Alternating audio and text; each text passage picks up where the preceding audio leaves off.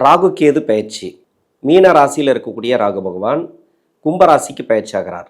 கன்னி ராசியில் இருக்கக்கூடிய கேது பகவான் சிம்ம ராசிக்கு பயிற்சி ஆகிறார்.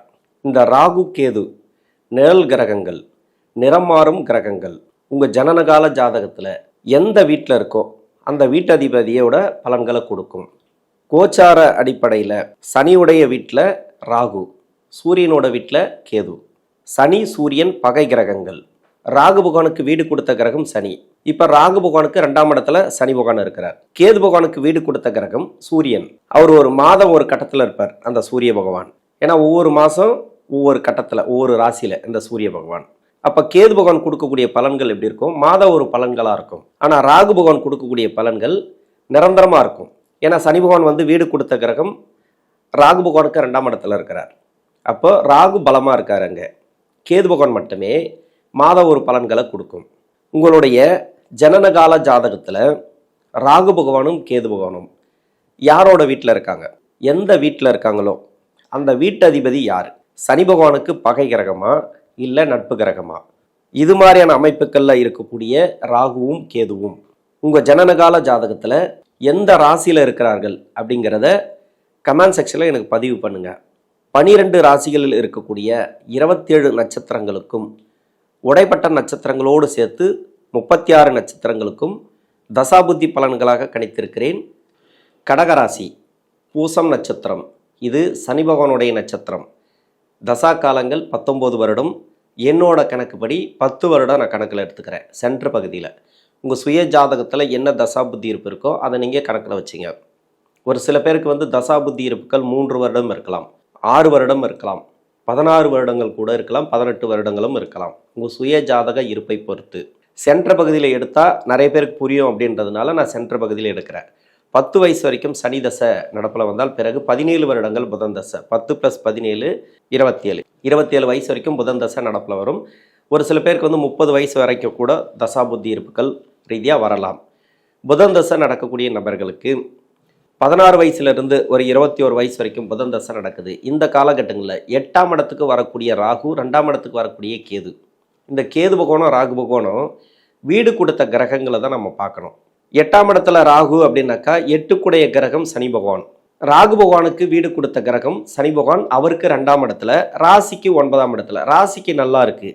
அந்த 8ஆம் இடத்துக்கு ராகு பகவானுக்கும் நல்லா இருக்குது. இந்த சனி பகவான் பலமாக இருக்குது. அப்போ 8ஆம் இடத்துக்கு உண்டான பலன்களை கண்டிப்பாக கொடுப்பார். அஷ்டம சனியில் என்ன பலன்களை கொடுத்ததோ அந்த பலன்களை இந்த ராகு பகவான் கொடுக்கும். அப்போ திரும்பவும் அஷ்டம சனியான்னு கேட்காதீங்க, அந்த அளவுக்கு பெருசாக கெடுபலன்களை கொடுக்காது இந்த ராகு பகவான். ஏன்னா குரு பார்வை இருக்குது. குரு பார்வை ஒன்றே சிறப்பு. எவ்வளோ பெரிய கெடுபலன்கள் வந்தாலும் அந்த குரு பார்வை இருந்துச்சுனாக்கா பெருசாக கெடுபலன்களை கொடுக்காது ராகு பகவான். ராகு பகவானை கண்ட்ரோல் பண்ணக்கூடிய கிரகம் இந்த குரு பார்வை மட்டுமே. இப்போ படிக்கிற காலகட்டங்களில் படிப்பு ரீதியாக நல்ல ஒரு ஏற்றங்கள் உண்டு. படிப்பில் நல்ல ஒரு வளர்ச்சி. இப்போ படிப்பு ரீதியாக நீங்கள் என்ன மாதிரியான முயற்சிகள் எடுத்தாலும் வெற்றி வாய்ப்புகள் உண்டு. போட்டித் தேர்வுகள், என்ன மாதிரியான போட்டித் தேர்வுகளாக இருந்தாலும் சரி நீங்கள் வெற்றி வாய்ப்புகளை பார்க்கலாம். பார்ட் டைமில் ஒர்க் பண்ணக்கூடியவர்கள், அதாவது படிச்சுட்டே வேலை பார்ப்பாங்க, குடும்ப சுமை காரணமாக சப்போர்ட் பண்ணுறதுக்காக வேலை பார்த்துட்டு இருப்பாங்க, அவங்களுக்கெல்லாம் வேலை வாய்ப்புகள் உறுதியாக இருக்குது. இப்போ 8ஆம் இடத்துல ராகு இருக்குது அப்படின்னாக்கா மனசளவில் கொஞ்சம் பாதிக்கப்படுவீங்க. மன அழுத்தங்கள் கொடுத்துட்டே இருக்கும், தடுமாற்றங்களை கொடுத்துட்டே இருக்கும். 8ஆம் இடத்துல ராகு இருக்கிறது. 2ஆம் இடத்துல கேது. ஒரு சில பேருக்கு லவ் சம்மந்தப்பட்ட பிரச்சனை வரும். ஏற்கனவே அஷ்டம சனியில் லவ் சம்மந்தப்பட்ட பிரச்சனை நிறைய இருக்குது. லவ் பிரேக்கப் ஆயிடுச்சு, திருமணம் நடக்கலை, நினச்சது எதுவுமே கைக்கூடி வரலை, நிறைய தொடர்புகள் ரீதியாக பிரச்சனைகள் அதிகமாக கொடுத்தது, நண்பர்கள் வட்டாரத்தை நிறைய பிரச்சனைகள் கொடுத்தது, வண்டி வாகனம் விபத்து, அது மாதிரி நிறைய கொடுத்தது இல்லையா? இது 8ஆம் இடத்துல ராகு இருக்கும்போதும் கொடுக்கும், 2ஆம் இடத்துக்கு கேதுவும் கொடுக்கும். தடுமாற்றங்கள் அதிகமாக இருக்கும். எடுக்கக்கூடிய முடிவுகள் தப்பாக எடுப்பீங்க மனசு ரீதியாக. அதனால் கொஞ்சம் கவனம் தேவை. பைக்கில் போகும்போது வரும்போதெல்லாம் ரொம்ப கவனமாக போங்க. இந்த ரேஸ் பண்ணுறது இது மாதிரியெல்லாம் வேண்டாம். விளையாட்டுத்தனமாக பண்ணுறது மாணவர்களுக்கு படிக்கக்கூடிய காலகட்டத்தில் நல்லது கிடையாது. 21 வயசுக்கு மேலே இப்போ ராகு 8ஆம் இடத்துக்கு சொந்த நட்சத்திரத்தில் இருக்கார். குரு பார்வை. அந்த குருவும் பார்த்தீங்கன்னாக்கா திருவாதிரை நட்சத்திரத்தில். வெளிநாடு வேலை வாய்ப்புகளுக்கு அந்த அளவுக்கு வெற்றி வாய்ப்புகளை கொடுக்கும். வெளிநாடு சம்மந்தப்பட்ட படிப்பு, வெளிநாடு சம்மந்தப்பட்ட வேலை ரீதியாக அதிகமாக வெளிநாடு போயிட்டு வர்றது, அது மாதிரி இல்லைனாக்கா வேலை கிடைச்சா கூட புதுசாக தூரம் போயிட்டு வேலை பார்த்துட்டு வர்றது, குடும்பத்தை விட்டு பிரிஞ்சு போய் வேலை பார்க்குறது, இது மாதிரியான வேலை வாய்ப்புகள் புதுசாக தொடங்குறவங்களுக்கு கிடைக்கும். ஏற்கனவே பழைய வேலை பார்த்துட்டு வரீங்க அப்படின்னாக்கா அந்த வேலையில் நல்ல ஒரு மாற்றங்கள், வேலை ரீதியாக ஒன்றும் பெருசாக கெடுபலன்கள் கொடுக்காது. இப்போ அஷ்டம சனியில் வேலை ரீதியாக நிறைய பாதிப்புகள் இருந்துச்சுன்னா அந்த பாதிப்புகள் விலகும். ஏன்னா அஷ்டம சனி அப்படிங்கிறது சொல்ல முடியாத 2.5 வருஷம் புரட்டி எடுத்துருச்சு. உங்களுக்கு அந்த அளவுக்கு கஷ்டம். சனி பகவான் 8ஆம் இடத்துல இருக்கும்போது, அதே ராகு பகவான் 9ஆம் இடத்துல பாக்கியஸ்தானத்தில் இருக்கும்போதும் அந்த ராகு கேது பயிற்சியோ இல்லை இதுக்கு முன்னாடி 2 வருடங்களாக குரு பயிற்சியும் எந்த ஒரு பயிற்சியும் உங்களுக்கு நல்ல பலன்களை கொடுக்கல. ஏன்னா அஷ்டம சனியாக இருக்கும்போது ராகு கேது பயிற்சியோ குரு பயிற்சியோ மற்ற கிரக பயிற்சிகள் மாதாந்திர கோள்கள் எதுவுமே பெரிய பலன்களை கொடுக்காது. மொத்தமாக அஷ்டம சனி தான் கொடுக்கும். இப்போ அஷ்டம சனி விலகிச்சு. இப்போ என்ன பலன்களை கொடுக்கும்? 8ல் ராகு இருக்குன்னா அதுக்கு உண்டான பலன்கள் இந்த 8ல் ராகு என்ன பண்ணும்? திடீர் வளர்ச்சிகள், திடீர் ஏமாற்றங்கள், இது மாதிரி தசாபுத்தியை பொறுத்து. இந்த கேது பகவான் 2ஆம் இடத்துல ராசிக்கு 2 வீடு கொடுத்த கிரகம் சூரிய பகவான். அந்த சூரிய பகவான் மாதம் ஒரு ராசியில் இருப்பார். அப்போது மாதம் ஒரு பலன்கள் மாதம் மாறிட்டே இருக்கும் அந்த கேது பகவான் பலன்களை பொறுத்த வரைக்கும். ஏன்னா 2ஆம் இடத்துல இருக்கிறது நிறைய தடுமாற்றங்கள் உண்டு. வாக்கு ஸ்தானத்தில் இருக்கிறது வாக்கு கொடுக்கும்போது கொஞ்சம் கவனமாக இருக்கணும். வார்த்தைகளில் கவனம் தேவை. வார்த்தைகளில் தடுமாற்றங்கள் அதிகமாக இருக்கும். இந்த நேரங்களில் நெகட்டிவாக சொல்கிறேன்னு நினைக்காதீங்க. எப்படியோ பார்த்தீங்கன்னாக்கா ஏற்கனவே ஒரு கஷ்டத்துலேருந்து வந்திருக்கீங்க. இதுவும் கஷ்டமானா அந்தளவுக்கு கஷ்டம் கிடையாது. தசாபுத்தி சப்போர்ட் பண்ணிச்சுனாக்கா உங்களுக்கு பெரிய கஷ்டங்கள் இருக்காது. அஷ்டம சனியில் தான் நீங்கள் தசாபுத்தி எப்படி இருந்தாலும் பிரச்சனை உங்களுக்கு. இப்போ அது கிடையாது. இப்போ வேலை வாய்ப்பு ரீதியாகவும் நல்ல ஒரு முன்னேற்றம். திருமணத்துக்காக முயற்சி பண்ணுறீங்க. 25, 26 வயசு வரைக்கும் திருமணம் அப்படிங்கிறது கொஞ்சம் கேள்விக்குறிதான். நிறைய பேருக்கு கஷ்டத்தை தான் கொடுக்கும். இப்போ 24 வயசில் இருக்கிறீங்க, 25ல் இருக்கிறீங்கனாலும் இப்போ தடுமாற்றங்களை தான் கொடுக்கும் இந்த டைமுங்கிறது. ஏன்னா அஷ்டம சனி விடுதலையான பிறகு உடனே திருமணத்தை கொடுத்துருமா அப்படின்னா அது திருமண ரீதியாக கொஞ்சம் கஷ்டங்களை தான் கொடுக்கும், தள்ளி போடும். 26 வயசுக்கு மேலே இருக்கக்கூடிய நபர்களுக்கு திருமண வாய்ப்புகள் உண்டு. 30, 32 வயசு வரைக்கும் இப்போ புதன் தசையில் இருக்கிறீங்கன்னா பரவாயில்ல. கேது தசையில் வந்தாலும் சரி, அதே கேது தசையில் வரீங்க, கேது தசையில் வந்தாலும் உங்களுக்கு சிறப்பு அப்படின்னு எடுத்துக்கலாம். கேது பொறுத்த வரைக்கும் 2ஆம் இடத்துல இருக்கிறதுனால திருமண முன்னேற்றங்களை கொடுத்துரும். குடும்பத்தில் ஒருத்தரை இணைக்கிறது, குழந்தை பாக்கியம் இல்லாத தம்பதிகளுக்கு குழந்தை பாக்கியம், இது மாதிரி கொடுத்துரும். பொருளாதார வளர்ச்சியை கொடுத்துரும். 27 வயசுக்கு மேலே 34 வயசு வரைக்கும் கேது தசை. கேது தசையில் இருக்கிறவங்களுக்கு உடல் உபாதைகள் இது வரைக்கும் இருந்திருந்தால் அது குறையும். அதாவது மருத்துவ செலவுகளை குறையத்துக்கான வாய்ப்பு இருக்குது. பொருளாதாரத்தில் நல்ல ஒரு வளர்ச்சி. 2ஆம் இடத்துல கேது, இது கோச்சார ரீதியாக இதுக்கு முன்னாடி 3ஆம் இடத்துல இருந்தது. போன வருடம்லாம் அஷ்டம சனி அது மாதிரி டைமில் 3ஆம் இடத்துல இருந்தது, 4ஆம் இடத்துல இருந்தது. இப்போ 2ஆம் இடத்துக்கு வருது. பொருளாதார ரீதியாக ஏதாவது பிரச்சனைகளை கொடுக்குமா? கொடுக்காது. உங்களுக்கு நல்லாவே இருக்கும். இதுக்கு தசை பார்த்தீங்கன்னாக்கா கேது தசை. உங்கள் சுய ஜாதகத்தில் கும்பராசியில் இல்லைனாக்கா மகரத்தில் இது மாதிரி 2 இடங்கள் அவயோகம் செய்யக்கூடிய வீட்டில்னாக்கா புதனோட வீடு இது மாதிரியான இடங்களில் இருந்து தசை பண்ணி இருந்தால் உங்கள் சுய ஜாதகத்தில் கொஞ்சம் கஷ்டங்களை கொடுத்துருக்கும். அந்த கஷ்டங்கள் கூட இப்போ நிவர்த்தியாகும். வேலை வாய்ப்பு உடனடியாக கிடைக்கும். வேலையில் நல்ல ஒரு மாற்றம். ரொம்ப லேட் ஆயிடுச்சு, 30, 31 ஆயிடுச்சு, திருமணமாகலை, திருமணத்தை கொடுத்துரும். நிறைய பேருக்கு பார்த்தீங்கன்னாக்கா அந்த கேது தசையில் கணவன் மனைவிக்குள்ளே பிரிஞ்சிருக்கிறது, டைவர்ஸ்க்காக அப்ளை பண்ணியிருக்கிறது, இது எல்லாமே ஏறுபோகம் தான். நீங்கள் நினைக்கிறது இந்த காலகட்டங்களில் நடக்கும். இந்த குடும்பஸ்தானத்தில் கேது பகவான் இருக்கிறதுனால வளர்ச்சிகள் தான், குடும்பம் சார்ந்து வளர்ச்சி. அடுத்த ஸ்டெப் எடுத்து வைப்பீங்க. இப்போது 34 வயசுக்கு மேலே 54 வயசு வரைக்கும் சுக்கிரதசை. இந்த சுக்கிரதசை இந்த இளம் வயது காலகட்டத்தில் வர சுக்கிரதசை இந்த ராசிக்கு நன்மை செய்யுமா அப்படின்னாக்கா இந்த ராசிக்கும் இந்த லக்னத்துக்கும் நன்மை செய்யாது.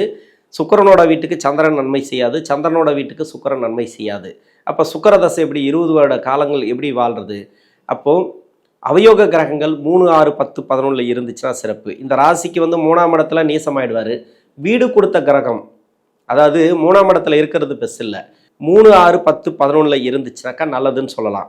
இப்போ 3ஆம் இடத்துல இருந்துச்சுனாக்கா நீசமாயிடும். ஆனால் அந்த வீட்டதிபதி 3ஆம் இடத்துல அவருக்கு மறையணும்.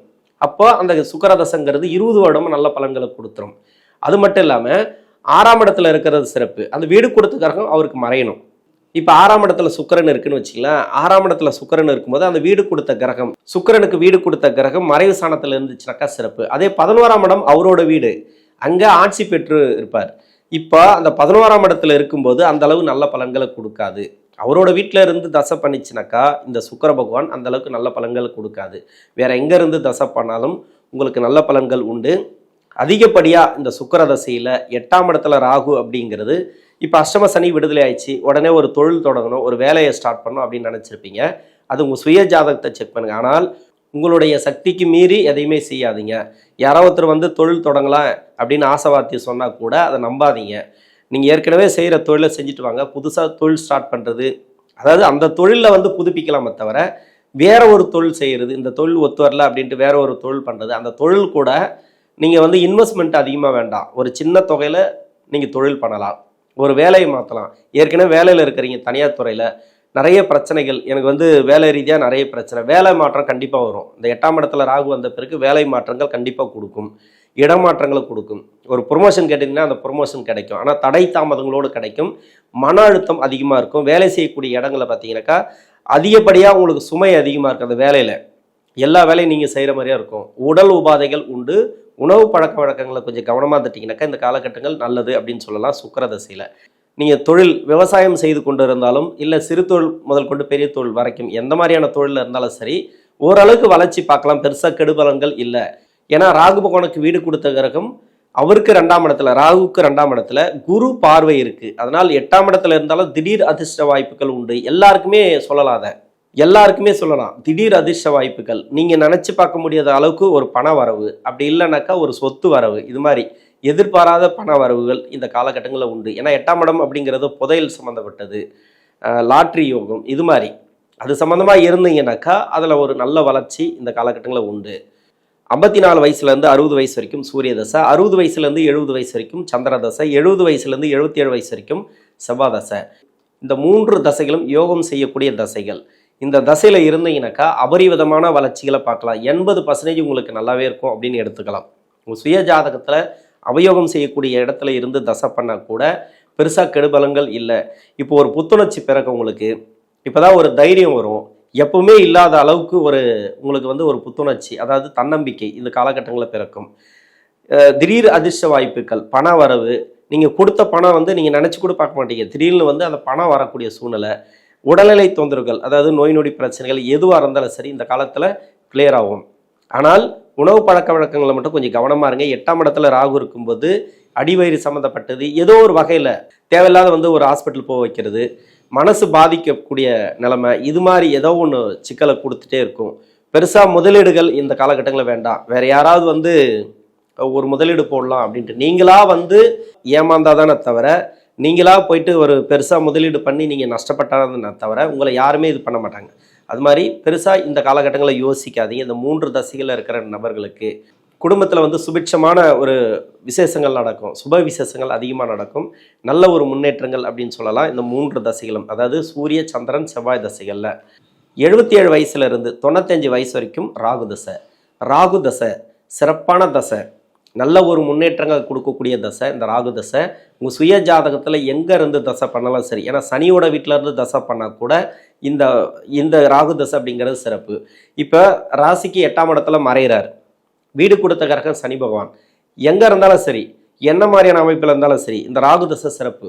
உங்களுக்கு தொழில் வளர்ச்சி, இந்த டைமில் தொழில் இருந்தீங்கன்னா தொழில் வளர்ச்சி, வேலையில் இருந்தீங்கன்னா வேலை நல்லாயிருக்கும். அப்படி இல்லை வீட்டில் ரெஸ்ட்டில் இருக்கிறீங்க, பசங்களுக்கு வேலை செய்கிறாங்களா அந்த வேலை வளர்ச்சி நல்லாயிருக்கும், தொழில் செய்கிறாங்களா தொழில் வளர்ச்சி நல்லாயிருக்கும், வண்டி வாகன சேர்க்கை, ப்ராப்பர்ட்டி ரீதியாக நல்ல யோகம்.